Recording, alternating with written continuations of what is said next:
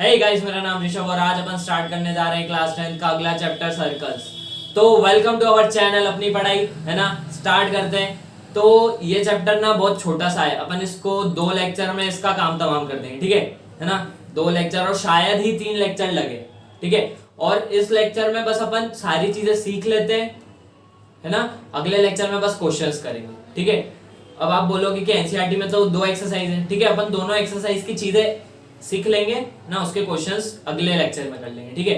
तो स्टार्ट करते हैं। सर्कल्स तो सबको पता ही होते हैं, ठीक है। सबको उसकी डेफिनेशन भी पता होती है ना। पर कुछ महानुभाव ऐसे होंगे जिनको नहीं पता होगी, ठीक है। तो मैं लिख देता हूं, अपन सर्कल्स को क्या बोलते हैं, डेफिनेशन क्या बोल सकते हैं। सर्कल्स कलेक्शन ऑफ पॉइंट्स होते हैं, ठीक है। सर्कल कलेक्शन ऑफ पॉइंट्स होते हैं which are at constant distance from a fixed point,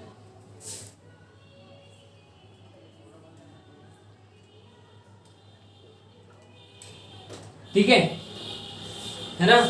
circles collection of points होते हैं, ये तो हमने हमेशा से सीखा है, ठीक है। जो कुछ फिक्स डिस्टेंस पे, जिसके पॉइंट्स कुछ कांस्टेंट डिस्टेंस पे होते हैं, ठीक है, एक फिक्स पॉइंट से। तो वो फिक्स पॉइंट अपना क्या होता है, सेंटर होता है, ठीक है। उससे कुछ फिक्स डिस्टेंस पे बहुत सारे पॉइंट ले लो। ये कितने पॉइंट होते हैं सर्कल में, इनफाइनाइट पॉइंट्स होते हैं, ठीक है। तो ये मिलके सारे मिलके एक गोला बना लेते हैं,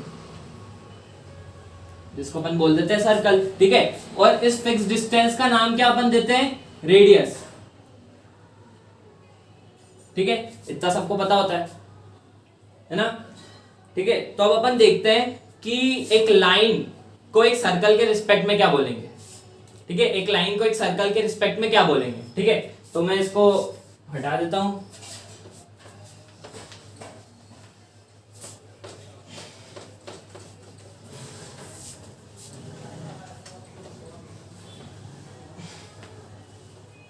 ठीक है। तो अब अपन देखो, सबसे पहले देखते हैं, अपने पास एक सर्कल है, ठीक है। अगर ये लाइन ऐसी हो, एक लाइन ऐसी है, ठीक है। तो इस लाइन को इस सर्कल के रिस्पेक्ट में अपन क्या बोल देंगे, नॉन इंटरसेक्टिंग,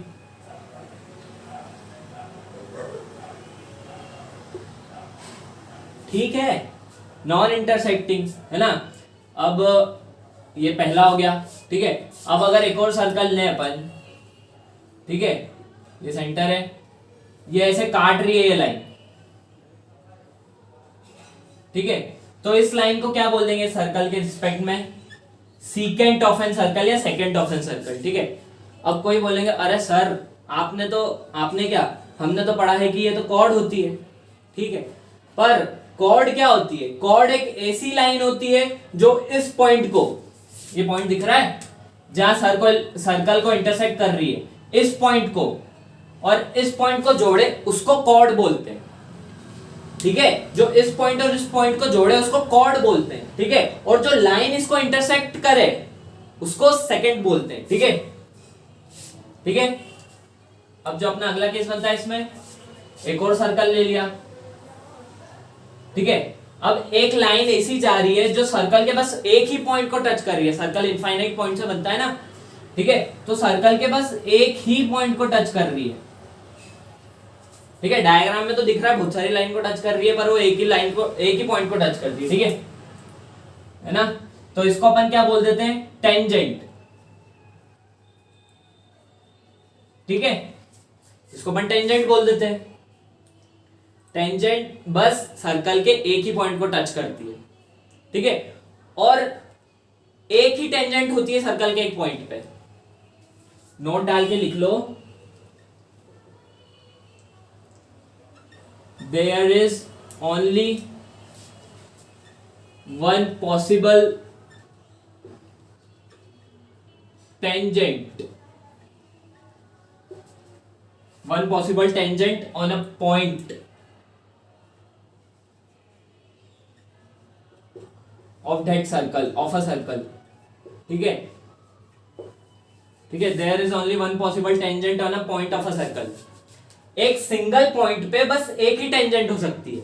इस पॉइंट पे अगर आप बोलो कि भाई ये भी तो थोड़ी टेंजेंट जैसी दिख रही है, ये लाइन जो आड़ी खींची है वो भी टेंजेंट जैसी दिख रही है, पर वो टेंजेंट नहीं है। ठीक है, वो टेंजेंट नहीं है, वो 3-4 पॉइंट को कट करके निकल रही है ना। इस पॉइंट पे भी कोई टेंजेंट हो सकती है ना। ठीक है, तो बताओ कि एक सर्कल पे कितनी टेंजेंट्स हो सकती है मैक्सिमम? इनफाइनाइट। सर्कल के इनफाइनाइट पॉइंट्स है, इनफाइनाइट पॉइंट्स पे इनफाइनाइट टेंजेंट्स। समझ आ रहा है? यहां भी एक टेंजेंट हो जाएगी, ठीक है, यहां भी एक टेंजेंट हो जाएगी, यहां भी एक टेंजेंट हो जाएगी, यहां भी बनती जाएगी। ठीक है ना। बस ये ध्यान रखना कि एक पॉइंट से बस एक ही टेंजेंट निकलती है। ऐसा क्यों अपन देख सकते हैं, देखो जैसे मान लो ये सर्कल है, ठीक है, ये थोड़ा सा अनइवन है, ठीक है, मान लो ये सर्कल है और ये जो पेन है ये अपनी लाइन है, ठीक है। तो अगर आप ऐसा करके ध्यान से देखोगे तो कहीं ना कहीं दिखेगा बहुत छोटा पॉइंट है, बस बहुत छोटा पॉइंट है जो इससे टच हो रहा है और कोई पॉइंट नहीं टच हो रहा है। ठीक है, ये इससे थोड़ा ले नहीं सकते अपन ढंग से एग्जांपल, क्योंकि थोड़ा अनइवन है। पर हाँ, अब तुम नहीं मानते तो हम क्या करें, तुमको मार्क्स कटवाने तो तुम कटवाओगे। ठीक है, तो मान लो कि बस एक ही पॉइंट को कट कर दी, ठीक है ना। तो अब अपन देखते हैं थ्योरम, है ना।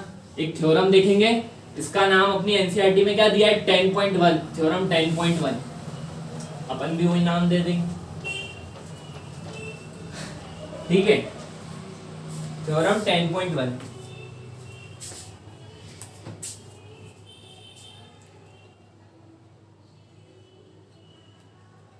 तो थ्योरम 10.1 क्या कहती है?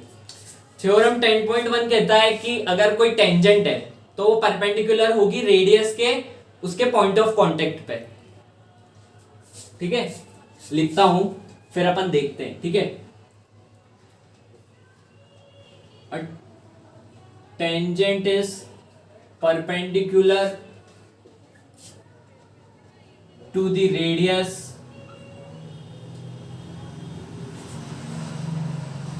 at the point of contact,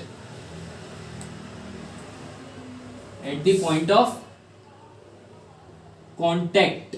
ठीक है, ऐसा कैसे, देखो क्या बोल रहे हैं यहाँ पे, एक सर्कल है अपने पास, ठीक है, यहाँ एक टेंजेंट ड्रॉ करता हूं मैं, ठीक है, ये टेंजेंट हो गई है, बस एक ही पॉइंट को टच कर रही है ना। तो अपन जब ये पॉइंट, मान लो ये जो अपना है पॉइंट ऑफ कांटेक्ट ये है, ठीक है, ये पॉइंट ऑफ कांटेक्ट है। तो जब अपन इस पे रेडियस ड्रॉप करेंगे इस पॉइंट से जुड़ने वाली, ठीक है, तो ये दोनों टेंजेंट और ये रेडियस एक दूसरे के परपेंडिकुलर होगा, ये परपेंडिकुलर होंगे एक दूसरे के। ऐसा क्यों, इसका प्रूफ भी अपन सीखते हैं। ठीक है, आ भी सकता है ये, कभी क्वेश्चन पूछ भी सकते हैं, है ना। तो इसको मिटा देता हूं, ऐसा क्यों।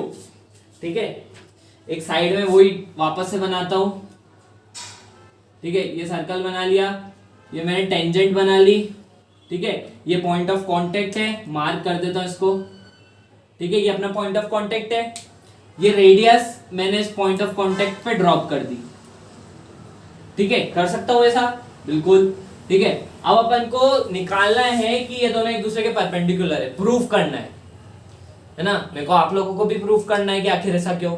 ठीक है, तो मैं एक लाइन यहां पे एक पॉइंट लेता हूं P, ठीक है, इन दोनों को जोड़ता हूं, ठीक है। तो किसी को दिख रहा है OP, इसको नाम दे दिया, मैं क्या दे दूं इसको X। OP is greater than OX दिख रहा है, क्यों? क्योंकि देखो यहां से यहां तक का पार्ट तो रेडियस है, ये प्लस कुछ एक्स्ट्रा है, ठीक है, और ये अकेली एक रेडियस है, यानी OP is greater than OX दिख रहा है। और पास में आओ, इसको मैंने नाम दे दिया T, फिर से थोड़ा एक्स्ट्रा पार्ट है, फिर से OT is greater than OX दिख रहा है ना। ठीक है, और पास आओ, बहुत ही पास आ जाओ, ठीक है ना, इसको नाम दे दिया Q, फिर से OQ is greater than OX होगा, क्यों? क्योंकि ये कहीं ना कहीं थोड़ा सा रेडियस से तो बड़ा होगा ना, दिख रहा है किसी को, कहीं ना कहीं OQ थोड़ा सा तो रेडियस से बड़ा होगा, है ना, थोड़ा तो रेडियस के बाहर ही आ रहा होगा क्योंकि ये रेडियस है। यानी जो OX है अपनी शॉर्टेस्ट डिस्टेंस है एक पॉइंट और एक लाइन के बीच में, एक पॉइंट और एक लाइन के बीच में जो OX डिस्टेंस है वो शॉर्टेस्ट डिस्टेंस है। ठीक है, तो किसी पॉइंट और किसी लाइन के बीच में शॉर्टेस्ट डिस्टेंस कब होती है? किसी पॉइंट और किसी लाइन के बीच में शॉर्टेस्ट डिस्टेंस कब होती है? जब ये दोनों परपेंडिकुलर होते हैं। समझो ना बात को, जब ये दोनों परपेंडिकुलर होंगे जब ही तो ये लाइन शॉर्टेस्ट होगी। जब ये दोनों परपेंडिकुलर नहीं होंगे जब ये लाइन थोड़ी शॉर्टेस्ट होगी। समझ आ रहा है? तो बस यही है इसका प्रूफ। ठीक है, इसको तुम पास में भी ले आओ, पर जब तक ये परपेंडिकुलर नहीं होंगी तो ये लाइन हमेशा बड़ी रहेगी OX से। ठीक है, बस यही प्रूफ है इसका, है ना। कोई वो नहीं है कि अपन कुछ सिमिलरिटी या कुछ कैलकुलेशन वगैरह करेंगे। ठीक है, लिखाना जो भी बातें बताई मैंने एग्जाम में, ठीक है, एक डायग्राम ऐसा बना के लिखाना, बस यही है इसका प्रूफ। ठीक है ना। चलो इसको भी मिटारा जाए। ठीक है ना। अपन क्वेश्चंस आज नहीं करेंगे, अपन बस आज सीखते हैं। ठीक है, बहुत छोटा एक तो चैप्टर है क्या, अब इसका काम तमाम ही कर देंगे 2 लेक्चर में तो लग रहा है मुझे। ठीक है, तो अब अपन देखते हैं कि एक पॉइंट से कितनी टेंजेंट बन सकती है। देखते हैं, अगर ये मान लो ये मेरा सर्कल है, ओके, ये हमारा सर्कल है। ठीक है, ये सेंटर है O। अब सर्कल के अंदर में कोई भी पॉइंट ले लूं, यहां ले लिया P। अब बताओ इससे कितनी टेंजेंट निकलेगी? अब बताओ इससे कितनी टेंजेंट निकलेगी? चलो क्वेश्चन, 2 निकलेगी, 3 निकलेगी कि 1 निकलेगी? चलो ठीक है, बताओ। मजाक कर रहा था, 1 भी नहीं निकलेगी। 1 भी नहीं निकलेगी यार, सीधी सी बात है। अरे देखो ना, ये अंदर है पॉइंट, इससे कोई भी लाइन तुम पास कर लो, कभी वो सर्कल को बस टच करके नहीं निकलेगी। ठीक है, कोई भी लाइन पास कर लो, कैसा भी बनाने की कोशिश कर लो, तुम बस थोड़ा सा अंदर भी लोगे ना पॉइंट, जो भी लाइन पास होगी वो कहीं ना कहीं 2 बार काटेगी सर्कल को। समझ आ रहा है? ठीक है ना। मतलब जब सर्कल के अंदर हो तो ये अपना क्या हो गया, when point is inside the circle no tangent can pass through that point. ठीक है ना, इसको केस 1 करके लिख सकते हैं। ठीक है ना, जब पॉइंट कोई अंदर हो तो कोई टेंजेंट पास नहीं हो सकती कोई टेंजेंट पास नहीं हो सकती उस पॉइंट से। ठीक है, अब जो अपना अगला है, अगर एक सर्कल ले लो भाई, ठीक है, एक पॉइंट है यहाँ पे, जस्ट इसके सरकमफेरेंस पे एक पॉइंट है, जस्ट इसके सरकमफेरेंस पे, तो कितनी टेंजेंट पास होगी? इस पॉइंट को P ले लिया, ठीक है, तो कितनी टेंजेंट पास होगी? ऑब्वियस सी बात है, एक ही टेंजेंट पास होगी। अपन ने अभी देखा कि एक पॉइंट से सर्कल पे अगर एक पॉइंट है तो उससे एक ही टेंजेंट पास होगी। ठीक है, तो इससे एक ही पास होगी ना, क्योंकि ये जस्ट सरकमफेरेंस पे, ये अंदर नहीं है ना बाहर है, ये जस्ट सरकमफेरेंस पे। ठीक है, तो एक ही पास होगी इससे टेंजेंट। ठीक है, अब जो अगला केस है अपना, अगला केस है, अगर ये सर्कल ले लिया मैंने, चलो जगह कम है ना, मैं इसको मिटा देता हूं। ठीक है,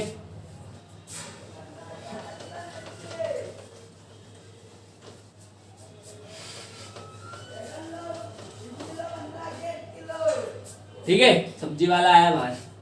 ठीक है, एक सर्कल ले लिया ये, है ना। अब मैंने एक बार अंदर ले लिया पॉइंट, एक बार इस पे ले लिया, अब कहां लूंगा? बाहर लूंगा। ठीक है, यहाँ कोई P पॉइंट है, तो अब इससे सर्कल पे कितनी टेंजेंट्स बन सकती है? इससे इस सर्कल पे कितनी टेंजेंट्स बन सकती है?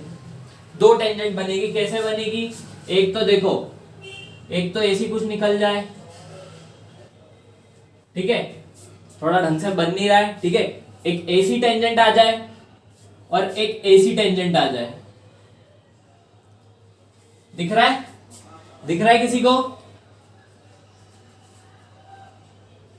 ठीक है ना, इसको केस 3 बोल लो। ठीक है, एक बाहर वाले पॉइंट से बस 2 टेंजेंट्स ड्रॉप हो सकती है मैक्सिमम, इसके अलावा तुम कर ही नहीं सकते। ठीक है, दिख रहा है ना? ठीक है, मिटा देता हूं। अब अपन देखते हैं अपनी थ्योरम नंबर 10.2। यही नाम है एनसीईआरटी में, इसलिए मैं भी यही नाम बोल रहा हूं। ठीक है, क्या? थ्योरम 10.2। थ्योरम 10.2। ठीक है, तो थ्योरम 10.2 क्या कहती है कि कोई बाहर वाले पॉइंट से अपन किसी सर्कल पे टेंजेंट ड्रॉप करें, 2 टेंजेंट्स। ठीक है, तो दोनों टेंजेंट्स की लेंथ इक्वल होगी। क्या? देखो, अगर ये सर्कल है अपने पास, ठीक है, ये कोई पॉइंट P है ना, यहां से एक टेंजेंट ये जा रही है। ठीक है, मान लो टेंजेंट ये, वो दिखने में ऐसी नहीं होगी भले। ठीक है, और ये भी एक टेंजेंट जा रही है। ठीक है, तो ये कहां पे टच कर रही होगी? एक पॉइंट होगा यहाँ पे, है ना, उसको T नाम दे दिया। एक पॉइंट होगा यहाँ पे जिसको S नाम दे दिया। तो क्या होगा? PT इक्वल्स टू PS होगा। Length of PT equals to PS होगा। प्रूफ कर रहे हैं, करते हैं प्रूफ। थ्योरम लिख दूं पहले?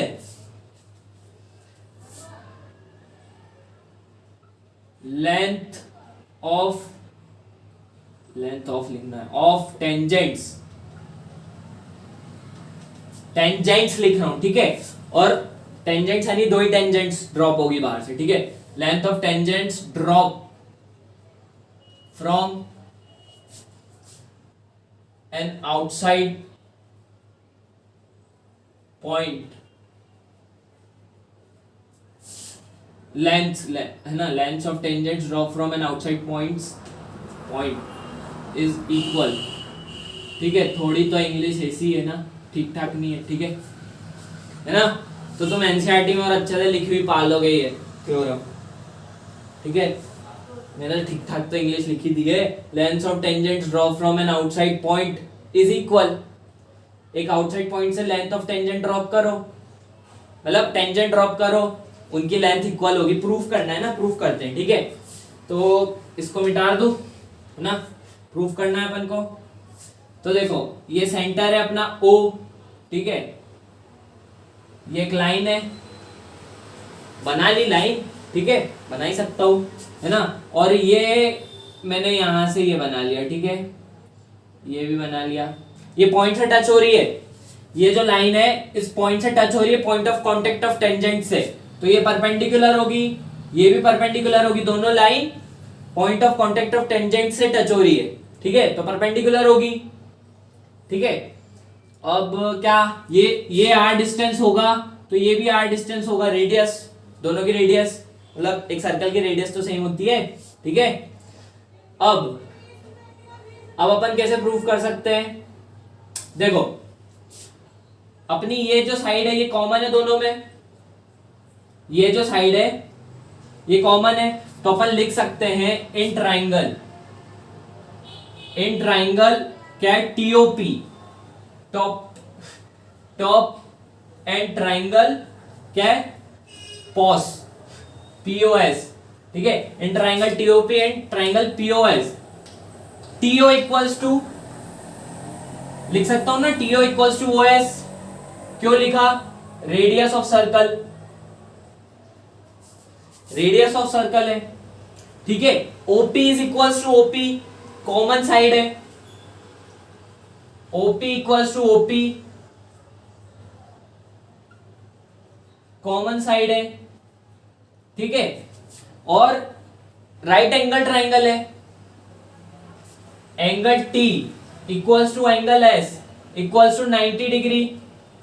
ठीक है, तो ये क्या बन रहा है?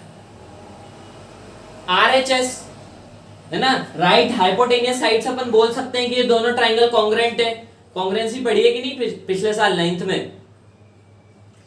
राइट ये एंगल, हाइपोटेनियस ये साइड, ये इक्वल है। ठीक है, तो RHS से अपन बोल सकते हैं triangle TOP is congruent to triangle POS। ठीक है ना, किससे बोला अपन ने? RHS से। अगर ये कॉन्ग्रुएंट है तो इसकी side TP equals to side SP भी हो जाएगा। बस हो गया प्रूफ। हो गया, ठीक है, टीपी इक्वल्स टू पीएस हो गया, है ना। इसको एक और तरीके से प्रूव कर सकते हैं, कैसे, पाइथागोरस थ्योरम से। तो पाइथागोरस थ्योरम से अपन क्या लिख सकते हैं, पहले इस ट्राइंगल में लगाओ पाइथागोरस थ्योरम, है ना। अपन क्या लिख सकते हैं, ओपी का square is equals to TO का स्क्वायर प्लस पीटी का स्क्वायर लिख सकते हैं, बिल्कुल लिख सकते हैं, ठीक है ना। इस ट्राइंगल में अपन क्या लिख सकते हैं, ओपी का square is equals to OS का स्क्वायर प्लस पीएस का स्क्वायर, ठीक है। अब ओपी सेम है ना, और ओएस और टीओ भी सेम है, ओएस का स्क्वायर और टीओ का स्क्वायर, क्यों, क्योंकि दोनों रेडियस है, समझ आ रहा है। तो अपन यहाँ माइनस कर देते हैं, पूरे को एक दूसरे से सब्ट्रैक्ट कर देते हैं, ठीक है। तो ये कट जाएगा, ये भी कट जाएगा, क्यों कटेगा, कि दोनों रेडियस सेम है, दोनों की साइड की लेंथ सेम है, ठीक है। तो ये क्या हो गया, 0 इक्वल्स टू पीटी का स्क्वायर माइनस पीएस का स्क्वायर, यहां से क्या आ गया, पीटी का स्क्वायर इक्वल्स टू पीएस का स्क्वायर, ठीक है। तो यहां से क्या आ गया, पीटी इक्वल्स टू पीएस, ठीक है। टीपी या पीटी लिख लो, एसपी या पीएस लिख लो, पीटी इक्वल्स टू पीएस, ठीक है ना। तो बस इस लेक्चर में इतना ही, ठीक है। काफी छोटा लेक्चर है ना, अगले लेक्चर में तो बस खत्म हो जाएगा, ठीक है। तो बस प्रैक्टिस करते रहो, है ना। All the very best.